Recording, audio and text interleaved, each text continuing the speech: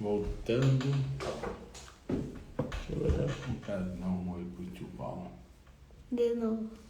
Olha, Aí, começou a chegar. Estamos voltando. Gente, vamos compartilhando aí a live com os amigos. Muito bom tê-los aqui, muito honrado. Os irmãos de outros países no fuso horário. A tia Val do Jesuscope, pai. Olha, tia Val, viu? Que legal. É muito bom tê-los aqui. Vou já receber o pastor Paulo. Vamos compartilhando aí a live. Legal para a gente continuar na reflexão.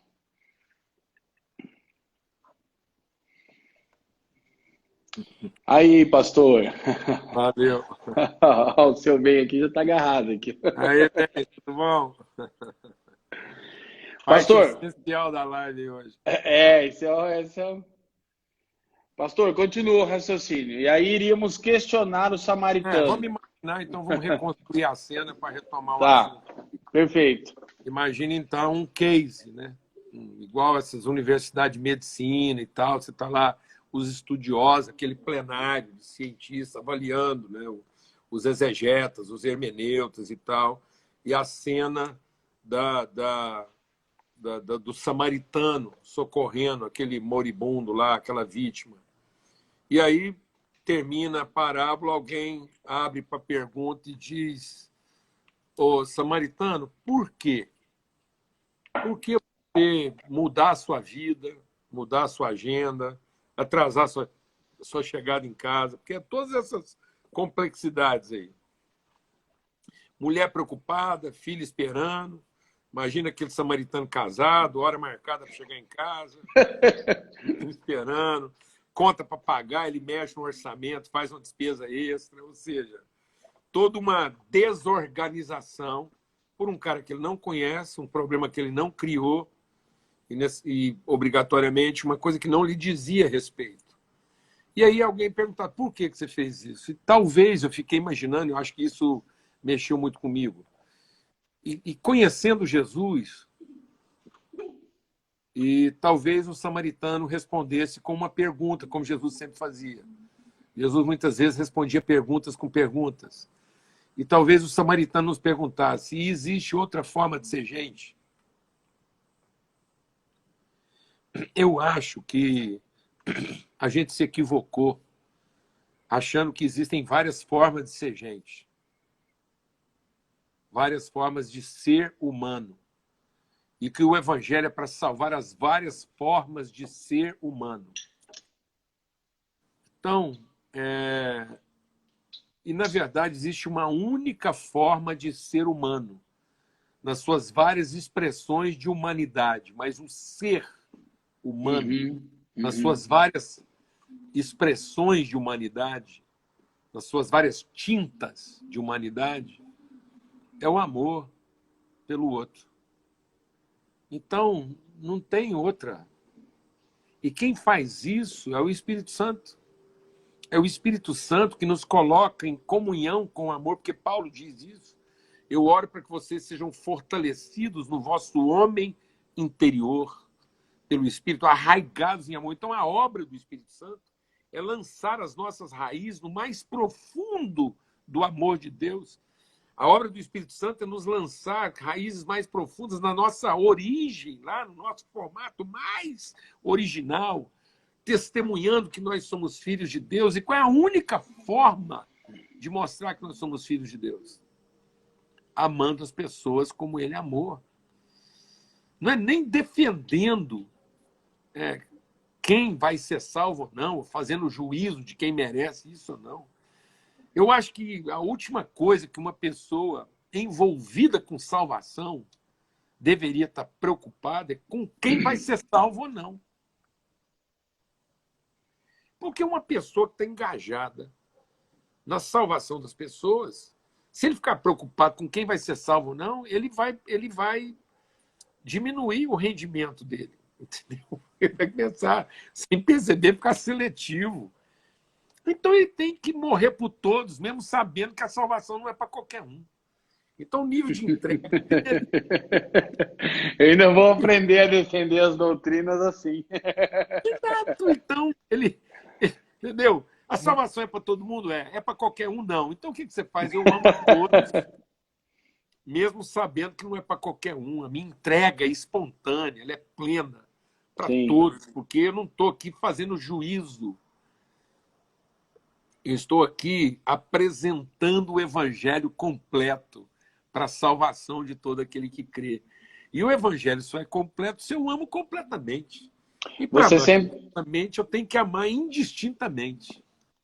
Você sempre diz algo que eu também mencionei no livro, em dado momento, que nossa vocação é fazer justiça uns aos outros e não juízo uns dos outros. E era muito provável que ainda se questionassem ao homem que estava caído. Mas está assim porque quis. Então, assim, olha, de novo, né, esse ambiente aí de arena, né, de definições. De novo, a gente está sendo levado aí a um debate, né? Como é que eu lido com essa ou com aquela categoria de gente? E o evangelho não era para mim ficar avaliando as várias categorias de gente. O evangelho é para ficar avaliando o meu nível de compromisso com qualquer tipo de gente. Então, o evangelho não é para dizer se eu posso fazer isso ou aquilo, ou dizer para alguém que ele pode fazer isso ou aquilo. O evangelho não é para produzir uma regulação. O evangelho é para produzir gente do único tipo de gente que Deus acha que gente é. Cristo. Então, se todos somos Cristo, acabou. Ninguém tem que ficar ensinando um para o outro o que fazer. Todas as condições sociais e as interpretações sociológicas estarão resolvidas, porque essa palavra... Então, como o escritor de Hebreus diz, na plenitude do Espírito, ninguém precisará ensinar ao seu irmão, faça isso ou faça aquilo, porque todos me conhecerão. Então, nós ainda estamos vivendo essa infância entendeu? De dizer assim, beabá, bá, bé, bé, bé, bé, a ovelha faz bé. Aí a gente está assim, identificando a pessoa com o som que ela faz, entendeu? Isso funciona, mas é infantil, não é bem por aí, entendeu? Deixa eu lhe perguntar uma coisa, eu sempre lhe escuto assim, e a gente pondera muito o que você fala, tem um peso muito importante para o nosso coração, mas qual é o papel dos pastores do rebanho de Cristo, desses que são dados como homens dons, como fazer o uso da doutrina sem tornar ela dogmática, Paulo? Como mesclar um púlpito, digamos assim, forte com uma relação forte também? O que você tem experimentado? Quais seriam os seus apontamentos sobre isso? O papel dos pastores é formar outros pastores. Perfeito. Para que as ovelhas encontrem um ambiente sadio. Então, a igreja não é a comunidade das ovelhas. A igreja é a congregação dos pastores. As da cidade. Nem vem no culto ainda. Jesus, quando olhou para a cidade, a maioria das igrejas... Eu não sei por que eu pergunto. Pronto, o que está acontecendo? Nós não estamos com déficit de ovelha, nós estamos com déficit de quê? De pastor. Então não tinha que estar contando ovelha, não tinha que estar contando o quê? Pastores. Pastores. Contar ovelha é estupidez, porque na verdade tem mais ovelha do que pastor, então nós tínhamos que estar fazendo a contabilidade dos pastores e não das ovelhas. Eu tinha que entender que meu ministério ele não é profícuo na medida em que eu ajunto ovelhas, mas que eu multiplico pastores, porque aí a gente vai atender mais gente. Então nós tínhamos que formar pais e não ficar multiplicando filhos.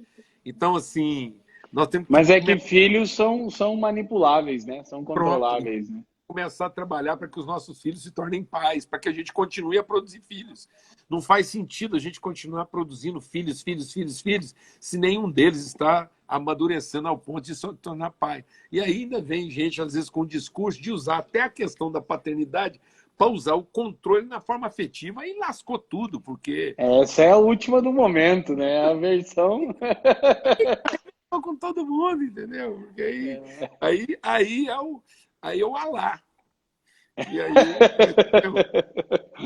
é o patrão, é o Abraão que usou, né, da sua condição paterna para defraudar a empregada. Aí lascou tudo, né? Então, assim, usar da paternidade para formar escravos, aí é o fim da picada. Então, é isso. Eu acho que o nosso maior desafio hoje, Leandro, é formar. Porque Abraão não morreu sem antes ver o seu filho se tornar pai. Então, Deus não gera um resultado. O filho é um resultado. Mas quando Deus diz, eu sou o Deus de Abraão, de Isaac e de Jacó, ele está dizendo, eu sou o Deus do pai que gera um filho que se torna pai. Então, o processo se completa, o evangelho completo forma um pai, e não uma multidão de filhos. Então, eu preciso ser pai de pais, e não só pai de filhos.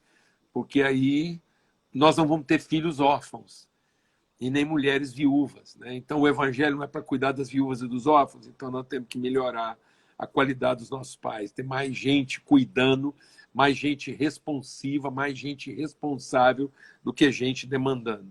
E aí entra o espírito, que eu sempre digo que, assim, todo mundo quer reivindicar uma posição de paternidade, é muito comum hoje, mas ninguém quer ser pai de filho feio. Quando Paulo reivindica a paternidade, ele faz com a igreja mais capenga do Novo Testamento, que é a igreja de Corinto. Os irmãos estavam tudo capenga lá e ele disse, vocês são meus filhos. Aos Gálatas também, né?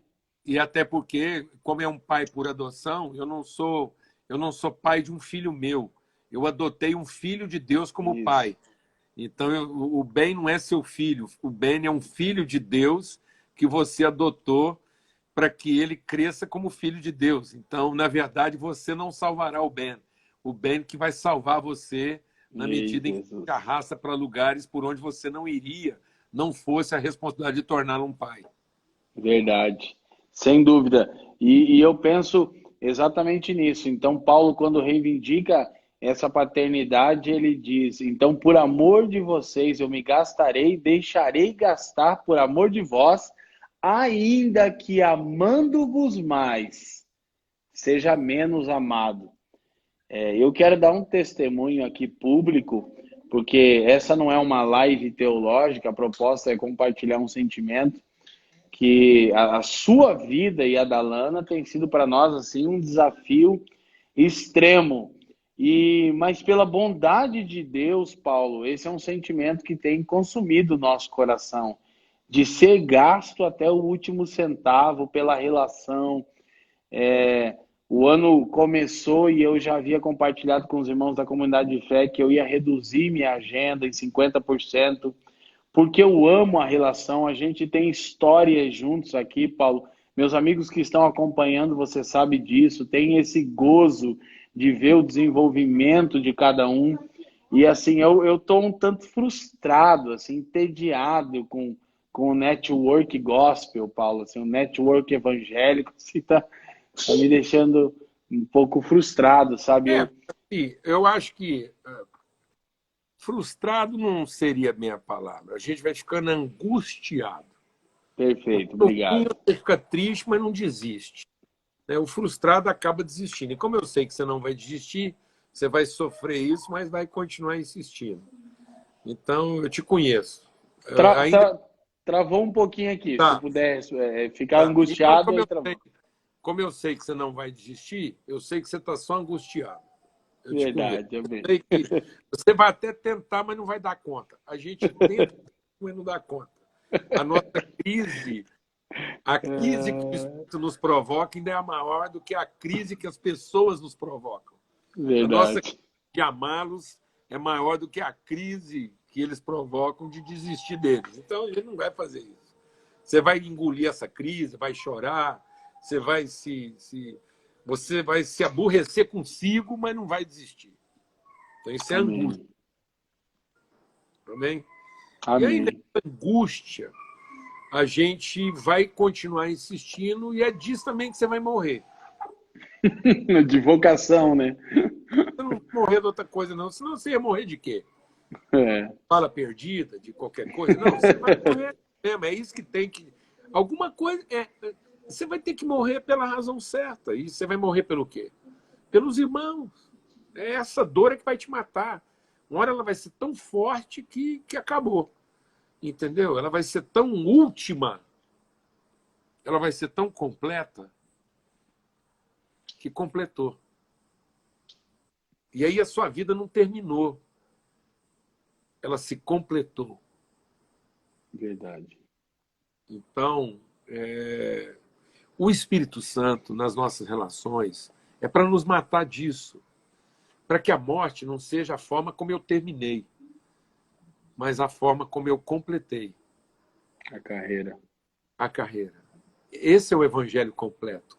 O evangelho completo, ele forma uma pessoa completa. Então ele não é completo nas suas estruturas, ele é completo na sua suficiência de formar uma pessoa. Tudo que é necessário para formar uma pessoa, e não para desenvolver doutrinas, regras, normas. Não. A palavra de Deus não é para enriquecer as constituições. Elas iluminam as constituições, iluminam os documentos, iluminam os regulamentos. Uhum. Elas fazem com que os regulamentos não sejam de todo ruins e desgraçados. Mas o propósito dessa palavra é formar a pessoa completa nos seus afetos, na sua disposição, na sua insistência, na sua perseverança, na sua paciência, na sua longanimidade, que crê tudo, que tudo suporta, que tudo espera, né? Que não é uma esperança de quem tem a expectativa do que será, mas é a esperança de quem tem a certeza do que já é. Então, de modo que qualquer nível de idade que você tenha, de compreensão, se você ainda não sabe tudo, mas você é completo no que você sabe. E hoje, Leandro, assim, eu louvo a Deus, porque apesar de muito hiperativismo, a gente ainda encontra alguma proatividade. E aqui não vai ficar aqui, não vai ficar aqui numa rasgação de seda também, não, porque senão nem combina. Mas, assim, eu vejo que você buscou na sua possibilidade hiperativa, porque se você quisesse ser um líder hiperativo, você tinha tudo para isso. Se você quisesse investir na sua hiperatividade, né, você teria suficiência para isso. Eu tenho fugido disso há alguns anos já.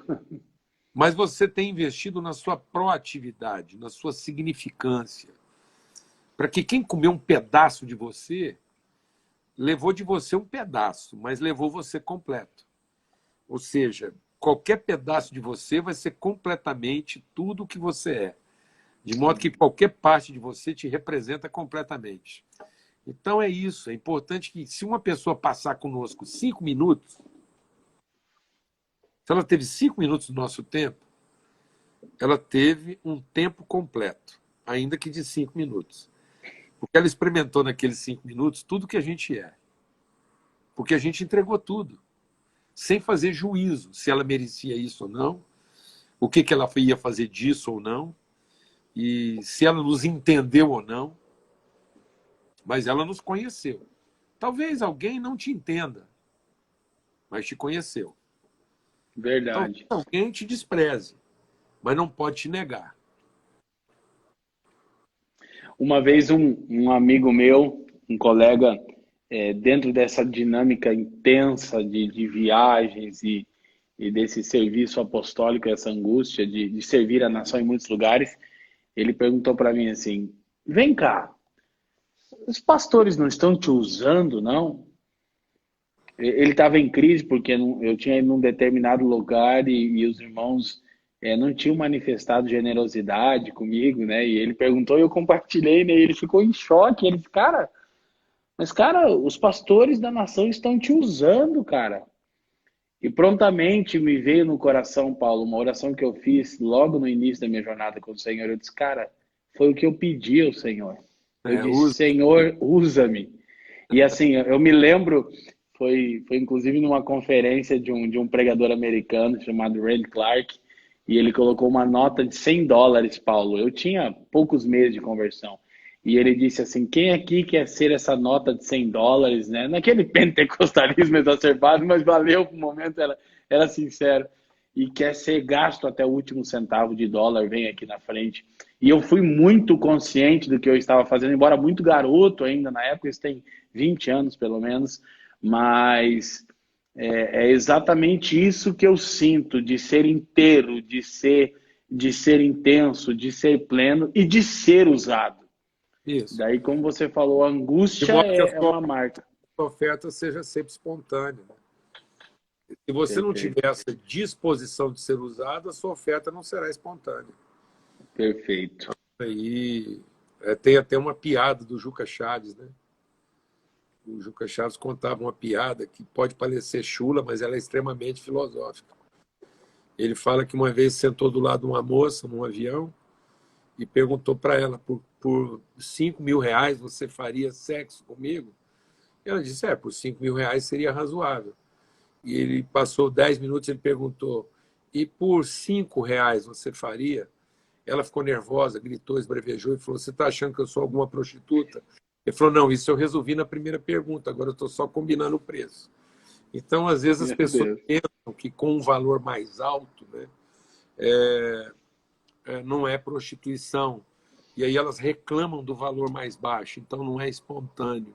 É, Então, gente, a nossa oferta ela é espontânea quando ela não espera exatamente, absolutamente nada em troca.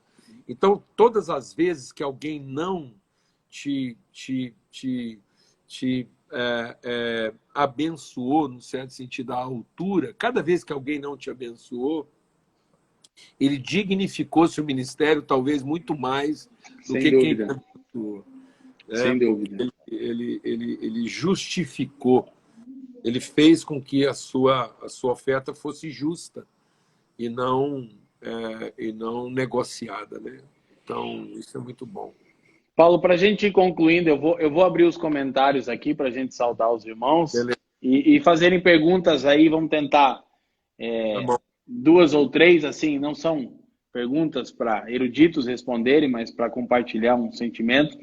Mas antes eu queria te dizer o seguinte: eu tenho também estado consumido já nos últimos anos, e sei que esse é um fardo do seu coração, que grande parte do problema que está diante de nós no evangelicalismo brasileiro, que me parece inevitável, ele talvez não seja resolvido, mas ele poderia ser amenizado grandemente se houvessem concílios. E porque nós não temos um papa, nós perdemos todo e qualquer tipo de referência. Então, o protestantismo tem esse ônus, né, de ser em grande parte, é uma religião existencialista. Cada um interpreta a existência a partir de si mesmo. Então, assim, você vê possibilidade de concílios, e se você vê, como você acha que a gente poderia fazer isso para concluir nosso papo? Porque falando desse espírito do evangelho dentro do âmbito daqueles que têm já um encargo, uma responsabilidade maior com a nação, como poderíamos Eu fazer até isso? vou falar uma coisa especialmente assim, para essa geração mais nova, como você e tal. Eu acredito até que os concílios existam hoje, mas eles estão no limite do intuitivo, eles são fraternidades. Eles são concílios que se reúnem em torno de um interesse em comum, uma conferência, um evento, uma reunião, uma oportunidade, e que Paulo diz lá, a pessoa vai lá, mas no fundo ela vai lá e pega a parte que interessa. E o que nós precisamos é de um pouco mais de intencionalidade nos concílios que já existem. Certo. Eles serem um pouco mais intencionais, eles serem mais resolutivos e menos fraternais. Uhum.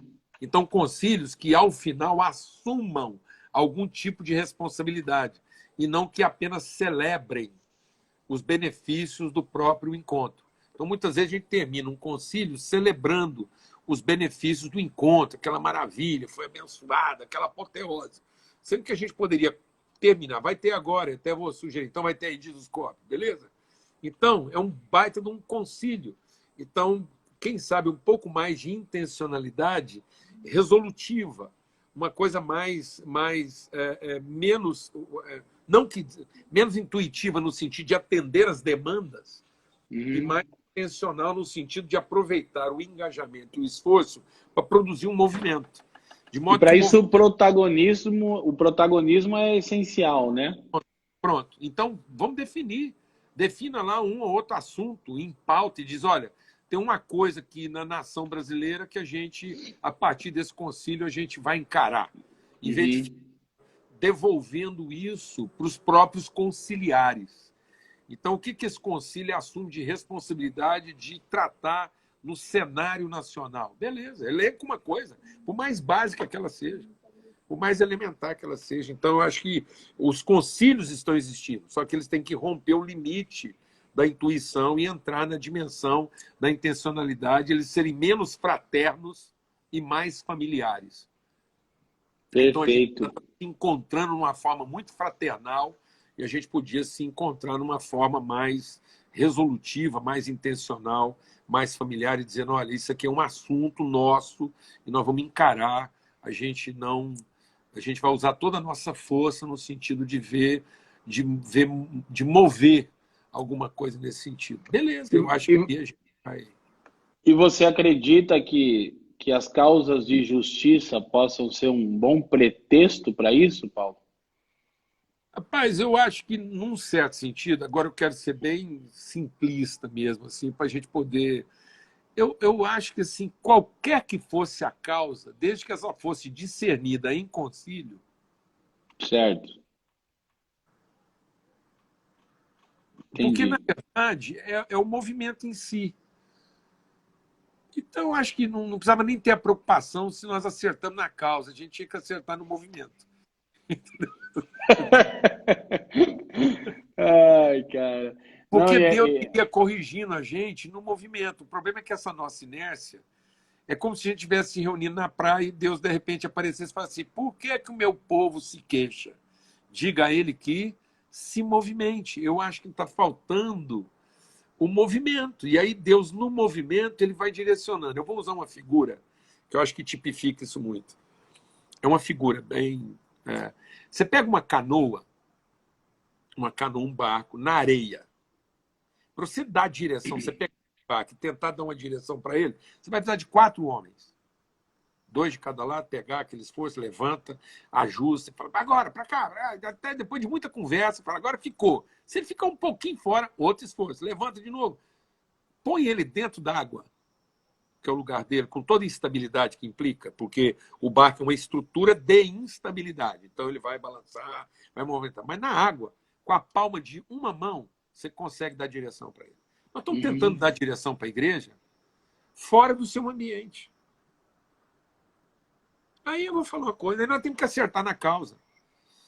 Certo.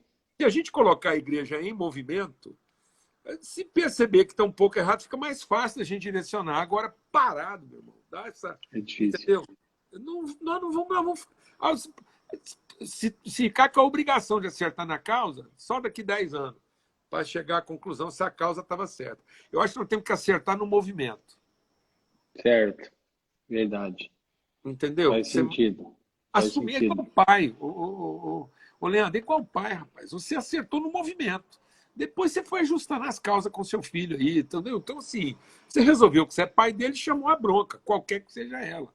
Beleza. Certo. Então, a juventude precisava assumir a nação. Esse aqui é problema, é uma questão nossa. Nós estamos assumindo. Esse é o ponto. Esse é o ponto. Assumimos a responsabilidade espiritual, em vez de ficar tentando descobrir ainda qual que vai ser a decisão mais acertada. Assume a responsabilidade. Entendeu? Se você comprou um sapato, um número a menos, um número a mais, o menino anda com ele meio apertado e tal, mas toca, entendeu? Vamos andar. Sofre o dano, né? Eu tô assim, quero de novo para poder também recomendar uma boa literatura, além do meu livro, né? Claro. Essa literatura do Luther King, Paulo, tem me desafiado profundamente, porque é exatamente isso. Ele diz: eu não podia mais fugir da responsabilidade. E um movimento que começou na negação de pegar o ônibus, porque tinha segregação racial, varreu a América, e ele assentou no coração. Ele, por vezes, diz que lutava para não nutrir ódio, amargura, atentados à casa dele, atentados a ele, bomba na casa dele, facada. Tanto que ele terminou martirizado, né? Pronto, E eu disse, poxa, cara, como pode... E até com erros teológicos, né? Ele flertava com a teologia liberal. Mas, cara, é impressionante o impacto do protagonismo. E essa palavra você sempre compartilha ela comigo, então eu tenho carregado ela no coração. E essa literatura, esse tempo, foi até por isso que eu escrevi, Paulo. Eu não tenho, assim, grande expectativa. Eu tenho a 6ª série do colegial, Paulo. Eu não tenho teologia, eu não tenho o básico. Mas eu entendi que eu precisava protagonizar e produzir um material que talvez tenha muitas carências. Foi feito com muito cuidado, com muito zelo, com muito conselho e supervisão. Mas eu não tenho, assim, nenhuma dificuldade em reconhecer minhas limitações, mas esse sentimento de protagonizar algo, de poder apontar um caminho e dizer, vamos tentar por aqui, entende? Então eu queria te dizer uma coisa em público, diante de todo mundo, em relação ao livro em si. Muito bom. Muito bom. Tanto é que estou me sentindo assim honrado de participar na introdução. O conteúdo lá, ele não mente, ele é justo e você está entregando aquilo que você se propôs a entregar. Mas agora, aproveite o movimento em torno disso. Amém. Mais do que o livro em si. Seu filho me falou isso hoje, o Neto. Isso. Não sei se você sabe, ele me falou a mesma coisa. Sei que... Ele me mandou uma mensagem e disse, cara, vamos promover aí conferências, encontros em torno desse tema aí, que eu acho que ele é muito bom para juntar o povo e a gente pensar junto. Então, tá vendo? O segredo não é o pão, é o encontro. Verdade. Então, vamos aproveitar Glória a Deus. Para promover o encontro. Glória a Deus. Glória a Deus. Então, ninguém vai ficar frustrado porque o livro está lá. Então, não é propaganda em nada. Todo mundo vai sair com o livro debaixo do braço. Mas ele vai ter uma perspectiva de encontro. Ele faz parte de um movimento. De modo que, quem sabe, o Evangelho completo não seja um livro. Sim. Seja um movimento.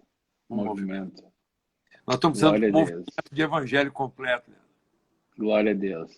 Glória a Deus. Amém, amém. De todo o coração. O Evangelho só é completo se for um movimento. Você me abençoou demais. O difícil é que quanto mais eu quero ouvir palavras de consolo e conforto, mais você me empurra. Pastor, vou abrir aqui para a gente saudar os irmãos e vamos ver aí 2, 3 perguntas aí, se a gente consegue. Difícil é perguntar alguma coisa em cima do seu compartilhar, né? Mas vamos ver se o pessoal consegue construir, senão a gente faz uma oração, impetra uma bênção aí, nos encorajando. Enquanto o pessoal vai refletindo, assim, muito obrigado. Eu estou extremamente honrado pelo prefácio. Nós o elegemos para isso, né? Temos tantos amigos nos apoiando e nos honrando. Mas a sua palavra tem sido de um peso muito grande para minha casa. O tempo que a gente já desfrutou junto, aquele nosso encontro em Floripa com a Lana, com o Ben, marcou profundamente o Ben, nos marcou profundamente. E a gente está muito assim esperançoso para poder protagonizar. Eu quero de alguma maneira lhe honrar o seu esforço dispensado para conosco, em resultado de protagonizar. O Fafa dizendo obrigado. A gente te ama aqui profundamente, assim, até... é um negócio até, assim, muito grande, assim. A gente tem uma paixão por você que é muito maravilhoso. Vamos lá, gente, ó. Todo mundo vem para Curitiba quando, Pastor Paulo, aí, ó? Eu vou a Goiânia, eu acho, hein? Eu te ligo, reverendo. Eu acho que eu vou a Goiânia.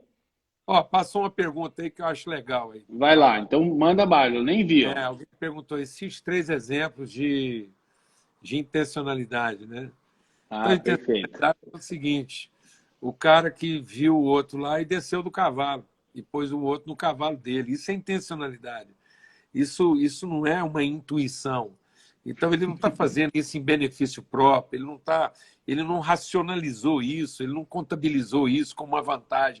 Ele não fez isso nem porque era necessário e nem porque era importante. Ele fez isso porque é ele. Ele é assim, né? Então, outra Perfeito. coisa de intencionalidade é você partir o pão antes de comer. Isso é totalmente contrário à nossa intuição ou ao nosso instinto. O instinto come, né? E Até a um intuição, frango. né? E a intuição negocia. O Então, a bem ama, né, intuição. filho? Como é que o tio Paulo fala? Até um frango come. Entendi isso. Então, Vem cá, vem cá, vem cá. Desculpa, Paulo. Ele vive falando isso pela casa. Põe aqui, como é que o tio Paulo fala? Frango, entendi. Ai, ai. Ih, Jesus. Vai lá, pastor, vai lá. mas é Partiu isso. o pão antes de comer. Pronto. Intencionalidade. Intencionalidade, porque intuitivamente ninguém faz isso, e nem instintivamente. Então, essa é a ruptura, né? Quando você entende o propósito antes da própria ação. Quando você entende o significado da sua vida antes da própria obrigação de fazer, o direito de fazer ou a necessidade de fazer. Então, é aí que está a intencionalidade. A intencionalidade é quando você faz a ruptura daquilo que é o importante ou daquilo que é o necessário. Então, toda vez que Jesus fez alguma coisa não necessária e não importante, mas revelou que aquilo era essencial da vida dele, tem o desejado ardentemente, ele navegou no âmbito da intencionalidade. Né? Que legal. Deixa eu saudar meu amigo Gleison de Brasília, que pensa num povo santo, Paulo, que eu quero que uma hora você dê uns dias da tua agenda para servi-los lá. Com Muito bom certeza. tê-los aqui. Olha lá, vamos ver aí umas outras perguntas. Tem um monte aí. Ó, será que a intencionalidade, pessoal, tá afiado? De muitos não é equivocada? Aí ela cita um pastor aqui que eu não quero mencionar, ela diz que ele cita a tentativa de criação de um concílio que virou uma mesa de negócios e interesse. Como vencer o interesse do mercenário? Bom, então é o seguinte: só é verdadeiramente intencionalidade quando ela é movida de sensibilidade e não Perfeito, exclusiva de sinceridade. Então, perfeito. sinceridade, ela é o extremo da intuição. Então, intuitivamente, nós vamos no limite da sinceridade. E é o que está acontecendo.